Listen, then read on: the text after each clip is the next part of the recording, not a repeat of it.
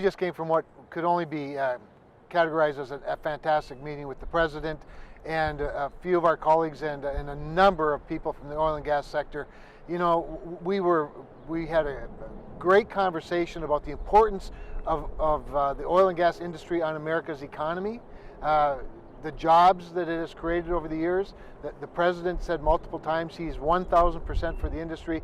He was looking to us and to the industry executives for ideas, solutions, and answers, and everything was on the table. But it was very encouraging. And I would say again, great meeting with the president and a lot of the industry leaders, 1,000% behind this industry and the workers who, let's face it, under a lot of strain, whether in Alaska or North Dakota. Senator Cramer and I did continue to emphasize the unhelpful role that Saudi Arabia continues to play as one of our so-called allies, hurting the constituents that we represent.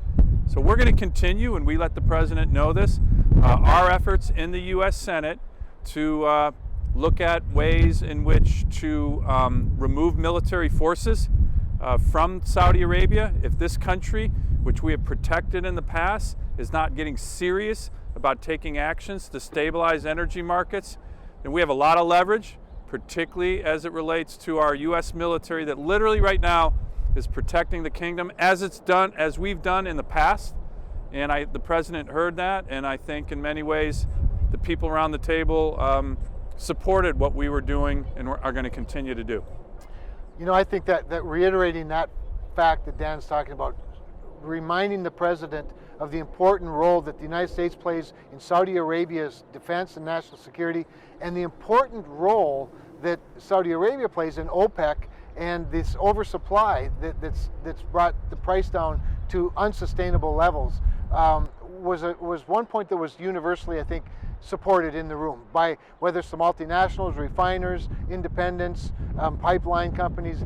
Everybody seems to understand the importance of that and sees that as probably the most effective tool that we have for disciplining the kingdom as it relates to the oversupply side. And at the same time, we have to compliment the president for the work he's done in the last week or so. His outreach to Vladimir Putin, his outreach to the Crown Prince, the calling of an emergency meeting of OPEC that Saudi has promised, all of those have already had a favorable impact on the markets. However, Senator Sullivan and I made sure that we re-emphasize the point that trust but verify. We cannot just simply take their word for it. We have got to use every tool in the tool chest to keep the pressure on the Saudi government and the Crown Prince and OPEC in general. And it's not just the military.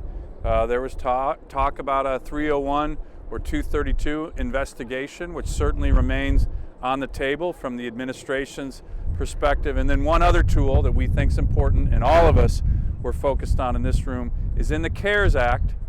There is several provisions, whether it's national security or bigger parts of the U.S. economy, to provide assistance to sectors of the economy like the energy sector, where workers are being laid off at the rapid rate, unfortunately, right now as we get through this pandemic.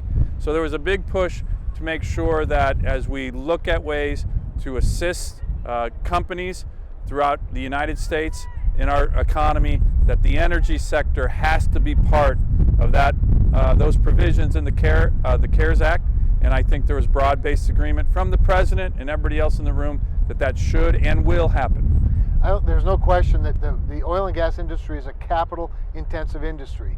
And many companies, of course, they're all a little bit different. They all are positioned a little differently, but many of them are leveraged, to the hilt. And so obviously access to capital through this difficult time is as relevant and as important to the oil and gas industry as it is to any major industry in our state and in our country. And so I think making sure that the president understands that and that he has an appreciation for that was important. I might also add, Senator Sullivan talked about the possibility of using 232 or 301 investigations. Of course, the natural outcome of found violations are tariffs and countervailing tariffs, and I don't think it's any surprise that this president likes using tariffs to provide some leverage when negotiating with other countries.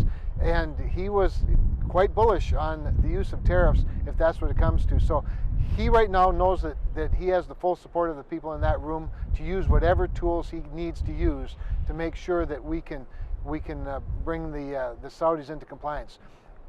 At the end of the day, however, the biggest issue of the day is and always will be the safety and security of the American people through this coronavirus pandemic, finding a way out of this, whether it's a cure, a vaccine, treatments. All of those things are the highest priority, and those are also the things that will get our economy growing. And with regard to the oil and gas industry, there's nothing like getting that demand back that we've lost as a result of this pandemic. So there was also a lot of talk about the next steps in growing our economy, getting our economy back on track so that we can increase that demand again. And a good discussion on the pandemic and the actions being taken right now with the CARES Act and other things the administration is doing. So overall, great meeting.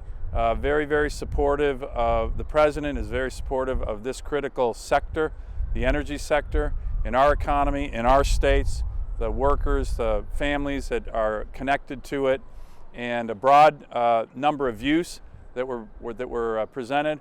But overall, a lot of agreement on making sure this remains a healthy, critical part of the U.S. economy, of Alaska's economy, of North Dakota's economy, as we get through this very difficult time with the pandemic.